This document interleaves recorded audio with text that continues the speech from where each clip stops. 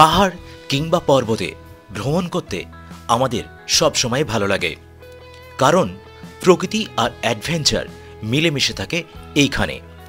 এই পাহাড় কিংবা পর্বতে সারা বছরই বেড়ানো যায়, তবে বর্ষায় বেড়াতে গেলে অনেক সময় আপনার এই প্রিয় ভ্রমণটি হয়ে যেতে পারে বা দুঃখের কারণ।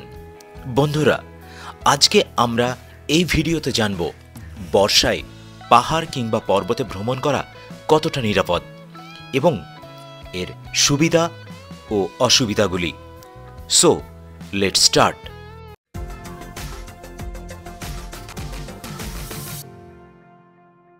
পাহাড় কিংবা পর্বতে আমাদের ঘুরতে যেতে প্রত্যেকেরই ভালো লাগে, তবে এখানে ঘুরতে যাওয়ার, বিশেষ করে বর্ষার সময় ঘুরতে যেতে গেলে আমাদের বিভিন্ন সমস্যার সম্মুখীন হতে হয়। আজকের আমি এই ভিডিওতে দেখাবো পাহাড় কিংবা পর্বতে বেড়াতে যাওয়ার কিছু সুবিধা এবং অসুবিধার দিকগুলি।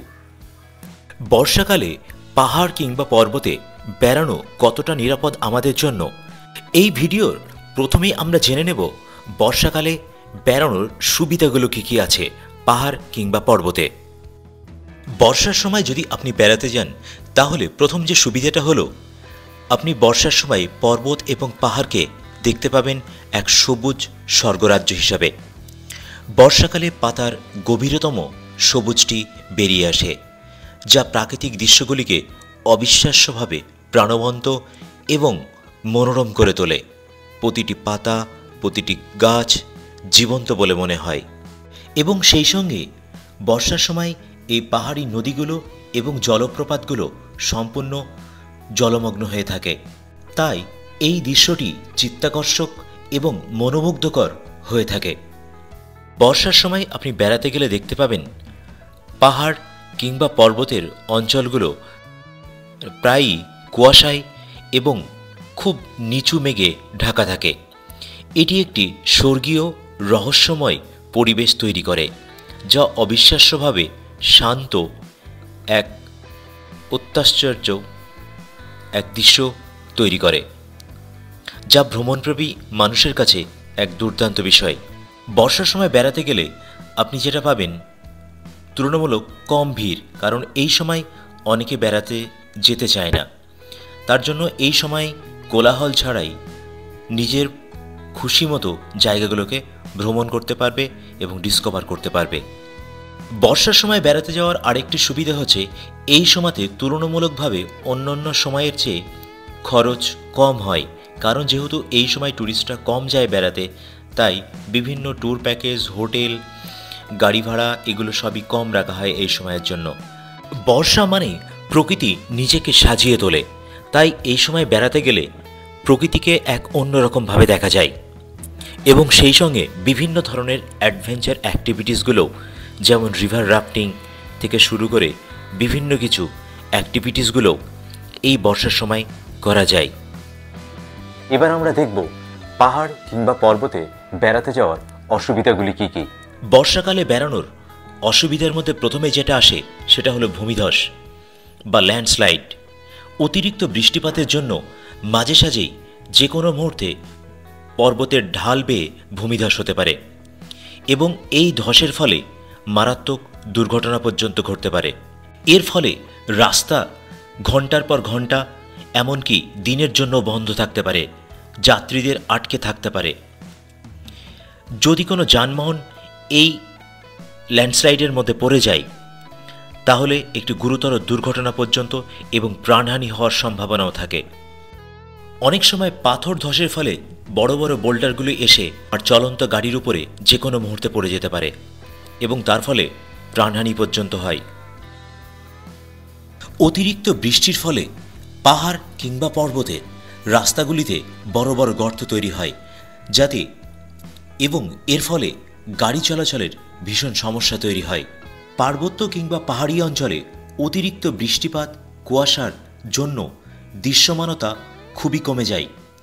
গাড়ি চালানো খুবই বিপজ্জনক হয়ে ওঠে এই সময়, যার ফলে যে কোনো মুহূর্তে যানবাহন তীব্র বাঁক বা রাস্তার যে কোনো সময়ে তার গাড়ি চালানো কঠিন হয়ে পড়ে।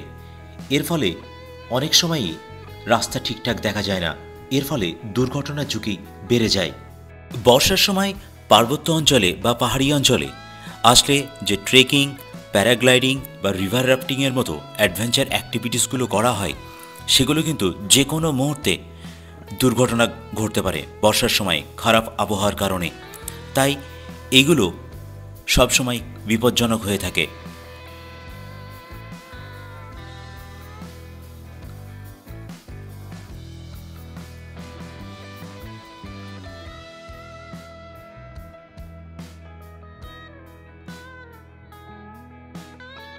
বর্ষার সময় পার্বত্য অঞ্চল কিংবা পাহাড়ি অঞ্চলে যখন বৃষ্টি হয়, সেই বৃষ্টির জল পর্বতের বা পাহাড়ের ঢাল দিয়ে সহজেই নদীগুলো বা ঝর্ণাগুলোকে প্লাবিত করে দেয় এবং মুহূর্তের মধ্যেই ফ্ল্যাশ ফ্ল্যাডে যে কোনো জায়গাকে, বিস্তীর্ণ জায়গাকে প্লাবিত করে দিতে পারে। এর ফলে অনেক সেতু ডুবে যেতে পারে, ভেসে যেতে পারে বিস্তীর্ণ অঞ্চল, নির্দিষ্ট এবং অনেক পথ, রাস্তাগুলো চলাচলের অযোগ্য হয়ে উঠতে পারে এবং এই ফ্ল্যাশ ফ্ল্যাডে পড়লে ভাসিয়ে পর্যন্ত নিয়ে যেতে পারে গাড়িকে। পাহাড়ি অঞ্চলে ভারী বৃষ্টিপাত এবং ভূমিধসের ফলে অনেক সময়ই যোগাযোগ বিচ্ছিন্ন হয়ে যায়, এমনকি মোবাইলের নেটওয়ার্ক পর্যন্ত থাকে না, ইন্টারনেট ব্যবস্থাও ব্যাহত হয়, যার ফলে বিচ্ছিন্ন হয়ে যাবে, যোগাযোগ করতে পারবে না। এইরকম পরিস্থিতি অনেক সময় তৈরি হয় এই বর্ষার সময়। এছাড়া বর্ষার সময় পাহাড়ে বা পর্বতে জোকের উপদ্রব খুব বেড়ে থাকে, তাই বর্ষার সময় গেলে এই জোকের কামড় খাওয়ার সম্ভাবনা অনেক বেশি থাকে। এই বর্ষার সময় প্রাকৃতিক দুর্যোগের কারণে অনির্দিষ্টকালের জন্য যদি যোগাযোগ বিচ্ছিন্ন হয়ে যায়, তাহলে অনেক দিন আটকে থাকতে হতে পারে। সেক্ষেত্রে খরচ কমার থেকে বেড়ে যাওয়ার সম্ভাবনাই বেশি থাকে। তাই বন্ধুরা, এই সুবিধা ও অসুবিধাগুলোকে আলোচনা করে আমার যে পার্সোনাল ওপিনিয়ন, বেড়াতে পার্বত্য অঞ্চলে যেতে গেলে বা পাহাড়ি অঞ্চলে অবশ্যই বর্ষাটাকে অ্যাভয়েড করে যাওয়াই ভালো, অন্য যে কোনো সময় যাওয়া যায়। আমার মতে বেস্ট সময় হচ্ছে পার্বত্য অঞ্চলে বা পাহাড়ি অঞ্চলে বেড়ানোর জন্য ফেব্রুয়ারি, মার্চ, এপ্রিল, মে পর্যন্ত ধরা যেতে পারে এই সময়টা। কিন্তু তারপরেই মের শেষের দিকে আবার বর্ষা শুরু হয় যদিও। আর বন্ধু, পার্বত্য অঞ্চলে বেড়াতে গেলে অবশ্যই গাড়িটা ব্যবহার করছো, সেই গাড়িটার চাকাগুলো দেখে নেবে যে সব ঠিকঠাক আছে কি না চাকাগুলো। আমাদের এইরকম একটা অভিজ্ঞতা হয়েছিল, আমরা একটা গাড়ি নিয়েছিলাম যে গাড়ির চাকাগুলোর কোনো বিটই নেই এবং সেটা আমরা বলে গাড়িগুলোকে চেঞ্জ করে নিয়েছিলাম। এবং অবশ্যই যে ড্রাইভার থাকছে গাড়ির, সেই গাড়ির ড্রাইভারের লাইসেন্সটা দেখে নেবেন, এটা আপনার কর্তব্যের মধ্যেই পড়ে। লাইসেন্সটা অবশ্যই দেখে নেবেন যে সে কতদিন এই পার্বত্য অঞ্চলে বা পাহাড়ি অঞ্চলে গাড়ি চালাচ্ছে, কারণ তার এক্সপিরিয়েন্সটাও ভীষণ গুরুত্বপূর্ণ এই মুহূর্তে।